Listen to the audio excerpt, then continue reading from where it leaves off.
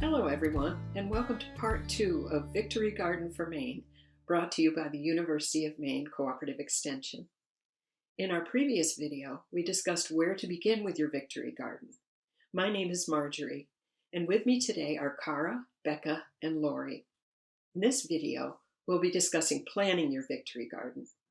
So let's jump right in with our first question. Becca? Thanks, Marjorie. I've never planted a vegetable garden before, and I'm not sure what vegetables to start with. Cara, do you have any recommendations? If you're not sure what to grow, some reliable choices for a first garden include peas, beans, tomatoes, cucumbers, and zucchini.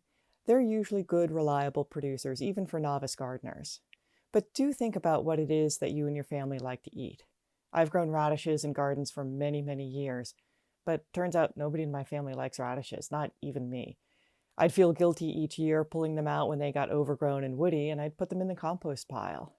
Now I don't even bother to grow them. Lori, I know that you suggest that people do a family food assessment. Can you tell us how that works? So yes, for a food assessment, write down the vegetables that your family likes to eat and how often. Do you eat it daily, weekly, monthly, or never? And this will help you determine what vegetables you should grow. Oh, but my family likes lots of kinds of vegetables. I'm not sure we have the space to grow that many. It is important to prioritize what you'll grow. Of the vegetables that your family likes to eat, what will give you the biggest bang for your buck? If cost is a concern, which are the vegetables that you can grow less expensively than you can buy them? For example, if your neighbor regularly gives you zucchini, maybe you don't need to make space for them in your garden. If flavor and freshness are your priority, where do you notice that the most? For me, it's cucumbers. I really notice the difference between just picked garden cucumbers and those I find at the store. It's easy to get excited about all the things you can grow. When you're planting your garden in January, all things are possible. August is a different story. You want your garden to be a size that you can maintain without it being too much of a burden. It will also keep you from growing more than you can use. So choose what you plant carefully. Thanks. That helps me narrow down the list of what I should plant. But how do I know how much I should plant? Another big decision to make is whether you're growing mostly for fresh eating or if you also want to store or preserve some of the vegetables from your garden. So go back to that family food inventory of what you and your family like to eat and figure out from that what you might be able to grow from the garden. How much do you need to plant to then produce that much food? To do that, you can use an estimated yield chart. Using that, you can see that 10 row feet of snap beans typically yields about 8 pounds of beans. That's over the course of multiple pickings. Is that enough for your family for fresh eating, or would you like more, or maybe you'd like less? If you're going to can or pickle those beans, of course you'd want to plant a lot more than that. Go through your list of priority vegetables and figure how much space you need to produce enough of those crops for your family for a year. Keep in mind how much space you have available, and also that you really need to keep your garden size manageable, especially if this is your first garden. Fresh produce is great, but I'd love to save some of what I grow for the winter. How much do I plant for that? Again, go back to your food assessment and look at what and how much your family will eat for frozen, canned, or stored produce. Let's take a look at the snap bean example again. For a 1-quart jar of canned snap beans, you will need about 1.5 to 2 pounds of beans. If you eat a quart of snap beans every other week, you will need 25 quarts for the year. So you would need to can between 38 and 50 pounds of beans. And to grow that much, you would need to plant 47 to 65 row feet of beans. Now, the National Center for Home Food Preservation recommends for best quality that all home canned foods should be used within a year. So try to resist the urge to can too much. There are so many choices of vegetable varieties. How do I know which one will work for my garden? It can be really daunting to choose vegetable varieties, especially for a new gardener. So many of them look so interesting and would be a lot of fun to have in the garden. But you do want to keep your choices limited, both so that it makes it easier at planting time, you have fewer seed packets or transplants to handle, but also so you can keep track of what's happening out there in the garden and you know how they're performing. For guidance, look at the UMaine Extension Bulletin, Vegetable Varieties for Maine Gardens. You can also check out the seed catalogs for Maine seed companies because they have varieties that are appropriate for this region. Then think about your gardening priorities. Why do you have this garden? For many of us, the flavor of our garden-grown produce is extremely important. So be sure you're picking varieties that have great flavor. There's nothing that compares to the taste of a summer garden-grown tomato. Also, choose varieties that are suitable for your intended use. Some varieties will be better for processing than others, and some may be better choices for fresh eating. It's important to consider how long it will take a particular variety to mature. For example, some varieties of tomato will start producing fruit about 60 days after transplanting, while others may take as long as 80 days. It can also be helpful to choose varieties that are resistant or tolerant of specific diseases. These will grow more reliably under a variety of conditions and can give you higher yields. Some varieties are also less prone to certain problems like cracking and splitting. You may also want to make your choices based on appearance. For example, growing cherry tomatoes rather than slicing tomatoes, or growing purple carrots rather than the standard orange carrots. Okay, so now I've figured out what to plant. Now what? Next, you'll need to figure out when to plant. The key date here is the last anticipated frost date in the spring. Some types of plants can tolerate a frost and so can be planted before that last frost date. These are plants like peas, broccoli, spinach, lettuce, and radishes. Of course, you do need to wait until the soil is dry enough to be worked. Check this by forming a ball of soil. If it breaks apart easily when you push on it, it's dry enough to work the soil. If the ball doesn't break apart easily when you push on it, it's too wet. So warm season crops, including tomatoes, melons, squash, peppers, they'll be killed by frost. For them, you do need to wait until all risk of frost has passed and plant about 2 weeks after the average last frost date in the spring. And don't be tempted to rush to plant things. A common mistake is planting too early. If the soil is too cold, your seeds won't germinate and your transplants will just wait.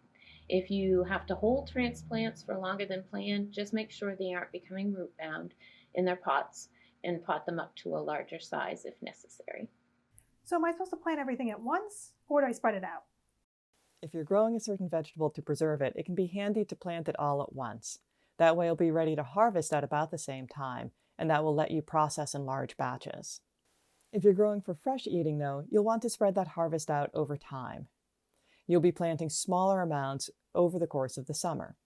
This is a technique called succession planting.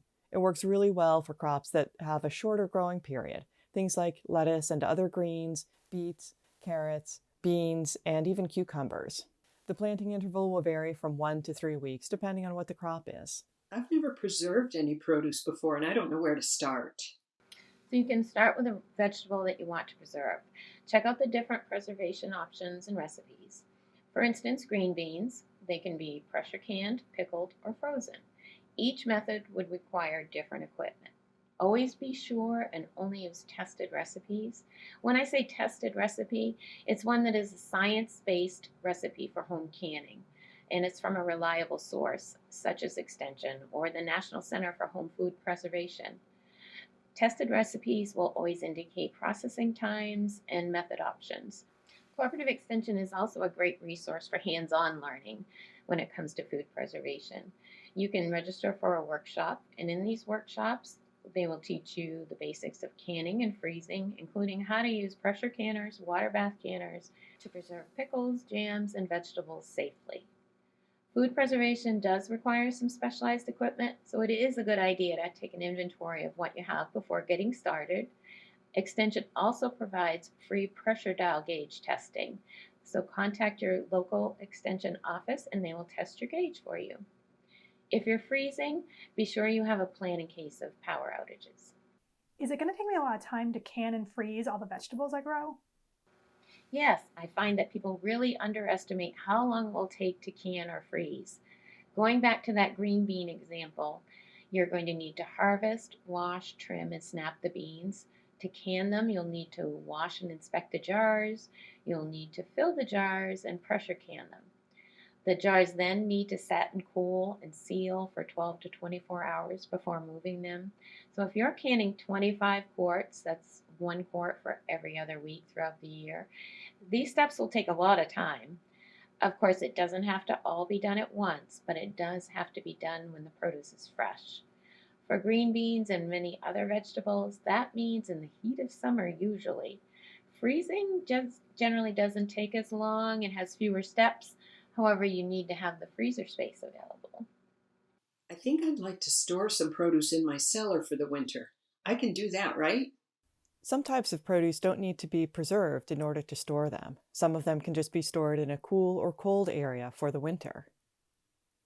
To do this, you need to make sure that you have enough space to put the produce, and also that you have close to the ideal storage conditions for it. Different types of produce require different conditions. For example, winter squash should be stored warm and dry. So that's at a temperature at about 50 to 60 degrees Fahrenheit and a relative humidity of 60 to 70%. On the other hand, carrots should be stored cold and moist, so a temperature of 32 to 40 degrees and relative humidity of 90 to 95%. And don't just think about storing in your basement. You might have good storage conditions in a spare room, in a closet, or even in your garage. Other commonly stored vegetables include onions, garlic, and potatoes. What if I end up having a great harvest for my garden this year? More than I can eat, and I don't have time to freeze or can it either. Is there anything else I can do with it? If you do have extra produce, it's a great opportunity to share with those in need. Call your local food pantry to see if they are able to accept fresh produce. Keep in mind, not all pantries can accept and store produce. If they can take it, ask how and when to deliver it to them. Be sure it's of good quality and handled appropriately. Of course, you can also share your garden produce with your neighbors and your friends. Thank you, Cara, Lori, and Becca. So to recap, do a family food assessment to help you prioritize what to grow. Decide if you'll grow for fresh consumption, for preserving, or for donating to others, and calculate the quantity and the timing of your plantings accordingly. Look for these things when choosing vegetable varieties: flavor, days to maturity, intended use, disease resistance, tolerance to adverse conditions, and size, shape, and color.